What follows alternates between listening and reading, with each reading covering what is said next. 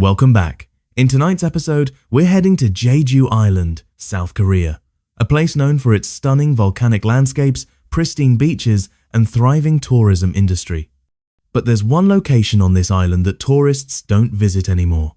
A place where the cameras don't work quite right, where every photograph taken comes out wrong, distorted, corrupted, changed. It's called the Hanul Grand Resort. Or at least, that's what it was called before it was abandoned in 2009. From the outside, it looks like any other failed construction project. A massive concrete skeleton perched on the southeastern cliffs of Jeju, overlooking the ocean. 10 stories tall, with over 300 rooms that were never finished. The windows are empty, the hallways are dark, and the locals refuse to go anywhere near it. But here's the thing, it's not just abandoned. Something happened there. Something that the Korean government tried very hard to keep quiet. And anyone who's ever tried to document what's inside that building with a camera has learned the same terrifying lesson. The resort doesn't want to be photographed. And when you try, it photographs you back. So what exactly happens when you take a picture inside the Hanul Grand Resort? Well, let's just say you might not recognize what shows up in the frame. And you definitely won't recognize what's standing behind you.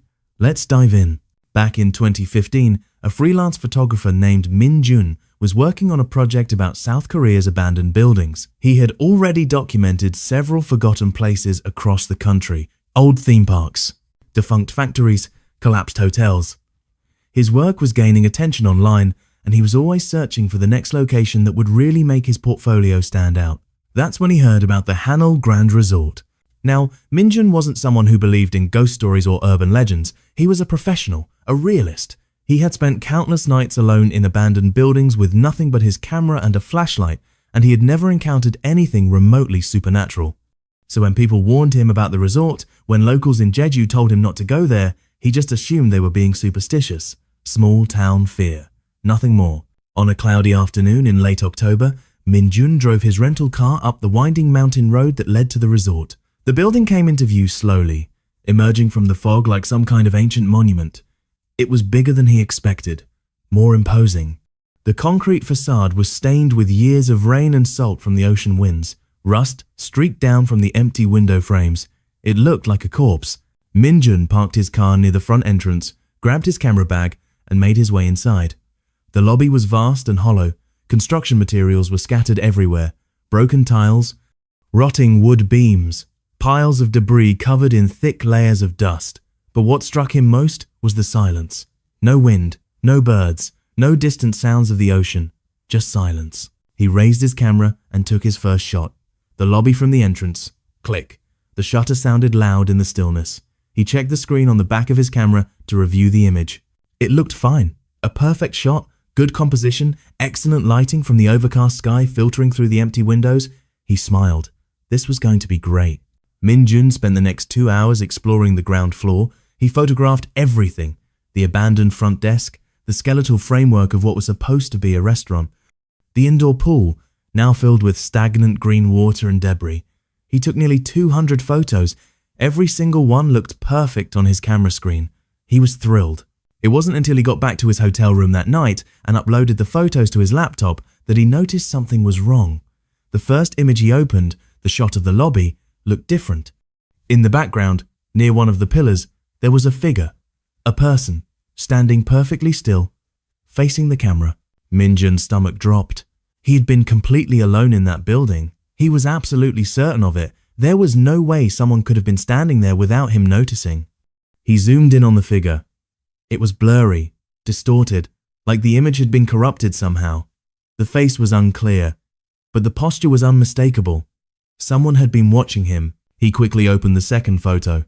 The front desk area. There it was again. The same figure, this time closer, standing just behind the desk, partially obscured by shadow. Min Jun's hand started shaking. He opened another photo and another. In every single image, the figure appeared.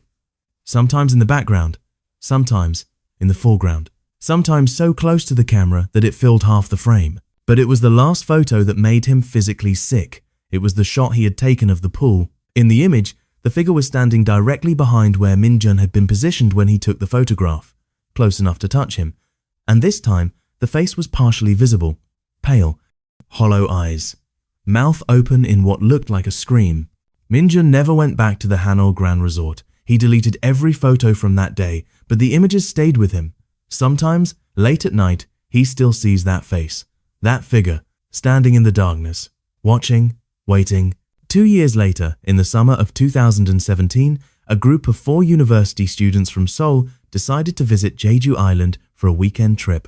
They were all part of the same photography club at their university, and they had heard about the abandoned resort from online forums. Despite the warnings they read, despite the strange stories about corrupted photos, they convinced themselves it was all just internet hysteria. They wanted to see it for themselves. The group consisted of Jihye, the unofficial leader, Tae-yang, who brought his expensive DSLR camera, Sumin, who was always skeptical of everything, and Hyun-woo, the quiet one who brought his phone to record videos. They arrived at the resort around noon on a Saturday. The sun was shining, it felt like an adventure, nothing scary about it. They entered through a side door on the ground floor and immediately started taking photos. Jihye posed in front of the old reception desk. Tae-yang captured wide-angle shots of the deteriorating hallways. Sumin took selfies in front of the empty pool. Hyun-woo filmed everything on his phone. They were laughing, joking around, treating it like any other abandoned building they had explored together. After about an hour, they decided to head upstairs. The stairwell was dark and narrow, and they had to use their phone flashlights to see. They climbed to the 3rd floor and found themselves in what appeared to be the former hotel room corridor. Rows and rows of doorless frames stretched into the darkness. Some rooms still had beds inside. Others were completely empty. It was eerie, but exciting. Tae-yang suggested they split up to cover more ground and take different shots. Jihye and Sumin agreed. Hyun-woo hesitated but eventually went along with it. They agreed to meet back at the stairwell in 30 minutes. Jihye went left with Tae-yang, Sumin and Hyun-woo went right. Jihye and Tae-yang explored several rooms, taking photos of the decay, the graffiti on the walls, the way nature was slowly reclaiming the space through the broken windows. Everything seemed normal. But then Tae-yang noticed something odd about his camera screen. The battery indicator was dropping rapidly. It had been at 70% when they entered the building. Now it was at 20%. Before he could mention it to Jihye, his camera died completely. Just shut off. He tried turning it back on. Nothing. Jihye pulled out her phone to check the time, and her screen was glitching. The display flickered with strange patterns, colors that shouldn't exist. Then, her phone died too. That's when they heard it. A sound coming from down the hallway. Footsteps. Slow. Deliberate. Getting closer. Jihye grabbed Tae-yang's arm. They both stood frozen, listening. The footsteps stopped. Then they heard Sumin's voice calling out from somewhere in the building. But it sounded wrong, distorted, like it was being played through a broken speaker. They ran back to the stairwell. Sumin and Hyun-woo were already there, looking terrified. Hyun-woo was holding his phone, showing them the video he had just recorded. In the footage, as he was filming an empty room, something moved past the doorway in the background. A shadow, a figure, moving impossibly fast. They all ran, down the stairs, through the lobby, out of the building. They didn't stop until they reached their car. When they finally checked their devices later that evening, every photo they had taken inside the resort was corrupted. Not just corrupted, changed. In every image, there were faces, multiple faces. Pressed against the walls, staring through windows, standing in corners, some were screaming, some were smiling. All of them were watching. The 4 students never spoke about what they saw that day. They stopped posting on social media. They stopped exploring abandoned buildings altogether. But if you know where to look online, you can still find one of the photos they uploaded before they deleted everything. A single image of the 3rd floor hallway. If you look closely, you can see them. Dozens of faces, filling every doorway, waiting. By 2019, the stories about the Hanul Grand Resort had spread across South Korea and beyond. Paranormal investigation groups started showing interest. Documentary filmmakers wanted to capture what was happening there, but the Korean government had quietly blocked all official access to the building. They cited safety concerns, structural instability, liability issues. But the real reason was something they couldn't publicly acknowledge. In the spring of that year, a semi-professional paranormal investigation team called Midnight Seekers decided to break into the resort illegally. They had explored dozens of haunted locations across Asia, and they had never encountered anything they couldn't explain rationally. They brought professional equipment, night vision cameras, audio recorders, EMF detectors, a live streaming setup so their followers could watch in real time. The team consisted of 3 people: Daniel, a Korean American who ran the channel, Mi-kyung, their technical expert, and Jun-ho, their cameraman. They started their live stream at exactly midnight on a Friday.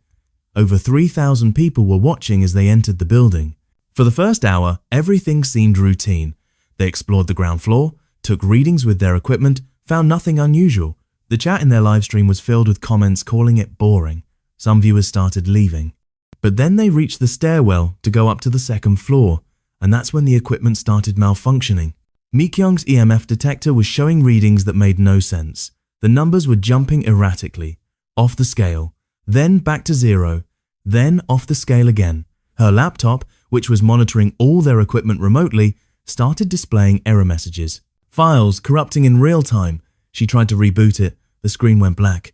Daniel's night vision camera caught something moving on the second floor landing above them. A shape, humanoid but wrong, too tall, moving in a way that didn't look natural. Jun-ho aimed his camera upward to get a better shot.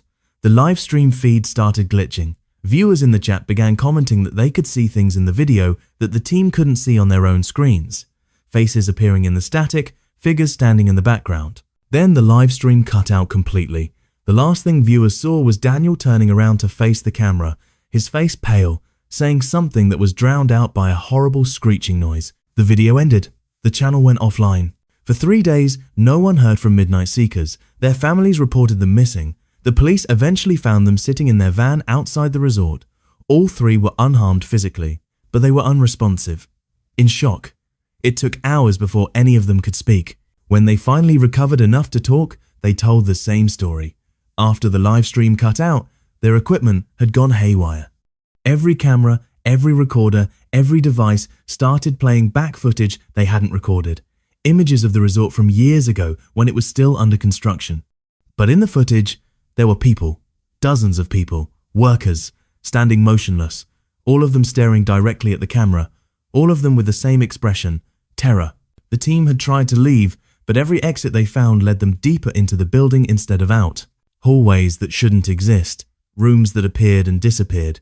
They wandered for hours, maybe longer. Time didn't work right in there. Eventually, they found themselves back in the lobby and the front door was open. They ran. They don't remember getting back to the van. Mi-kyung tried to recover the footage from their equipment afterward. Every file was corrupted beyond repair, except one, a single 30-second video clip from Jun-ho's camera. In the video, the camera is pointed at a wall in one of the upper floor rooms. The wall is covered in something. At first, it looks like graffiti, but if you watch closely, you realize it's not paint, it's photographs. Hundreds of photographs, all of them showing people who had visited the resort. And in every photograph, standing behind each person, watching them, is the same figure, the same pale face, the same hollow eyes. The video ends with the camera turning around, as if someone else is now holding it. For just a single frame, you can see Daniel standing in the center of the room, his back to the camera, completely still, and then the video cuts to black. Midnight Seekers never posted another video. Their channel was deleted. But if you search hard enough, you can find re-uploads of that final live stream. Watch it if you dare, but be warned. Some viewers claim that after watching it, they start seeing the figure too, in their own photos, standing in the background, getting closer with each picture they take. So what is the Hanul Grand Resort? Why does it corrupt every photograph taken inside? And who, or what, is the figure that appears in all the images? To understand that, we need to go back to 2007, 2 years before the resort was abandoned. The Hanul Grand Resort was supposed to be Jeju's most luxurious hotel, a massive investment by a wealthy Korean conglomerate. Construction started in 2005 and everything was going according to plan. The foundation was laid, the structure was built. By 2007, they were working on the interior. That's when the accident started happening. The first incident was a construction worker who fell from the 8th floor. Fatal. Officials ruled it an accident, faulty safety equipment, but the other workers started reporting strange things. Tools going missing and reappearing in different locations, cold spots in certain rooms even during the hot summer months, shadows moving in the periphery of their vision. Then came the second death. Another worker found dead in one of the basement storage rooms. No clear cause. The autopsy was inconclusive. some kind of cardiac event. But the man had been perfectly healthy, young, no prior medical conditions. The construction company tried to keep it quiet, but word spread among the workers. Many of them quit. Others refused to work in certain areas of the building. The third death was different. This time, it was one of the project managers, a man named Park Sang-woo. He had been working late one night, doing a final inspection of the nearly completed 6th floor. Security footage shows him entering the building at 7 in the evening. He never came out. They found him 3 days later in one of the hotel rooms on the 9th floor, a floor that hadn't even been started yet, just bare concrete and exposed rebar. Park Sang-woo was sitting in the corner of the empty room facing the wall. When they approached him, when they touched his shoulder, his body just collapsed. He had been dead for at least 48 hours. But here's what made no sense. The room he was found in was locked from the outside. The only door had been sealed with construction tape. There was no way he could have gotten in there. And his camera, the one he always carried for documentation, was found next to his body. The memory card was still inside. When the police reviewed the photos, they found something that made them immediately seal the investigation. In the last photo Park Sang-woo had taken, the one time stamped just minutes before his estimated time of death, he had photographed his own reflection in a window. But in the reflection, standing directly behind him, was a figure. The same figure that appears in every corrupted photo taken at the resort since. The construction company abandoned the project shortly after. They cited financial difficulties, market changes, but the real reason was written in an internal memo that was leaked years later. The building had to be abandoned, the memo stated, because the site was compromised. They didn't elaborate. They didn't need to. Local historians eventually uncovered the truth. Before the resort was built, before any construction began, the site had been something else. During the Second World War, when Japan occupied Korea, the area had been used as a labor camp. Hundreds of Korean workers had been forced to build fortifications along the coast. Many of them died from exhaustion, malnutrition, and abuse. They were buried in mass graves nearby. When construction on the resort began, when they excavated the foundation, they disturbed those graves. The figure in the photographs? Some believe it's the collective anguish of those who died, a manifestation of suffering so intense that it imprinted itself onto the location. Others think it's something else. Something that feeds on the act of observation itself. Every photograph taken is an attempt to capture reality, but at the Hanul Grand Resort, reality is broken, and when you try to document it, when you try to take a picture, the building documents you instead. The Korean government has tried multiple times to demolish the resort. Every attempt has failed. Equipment malfunctions.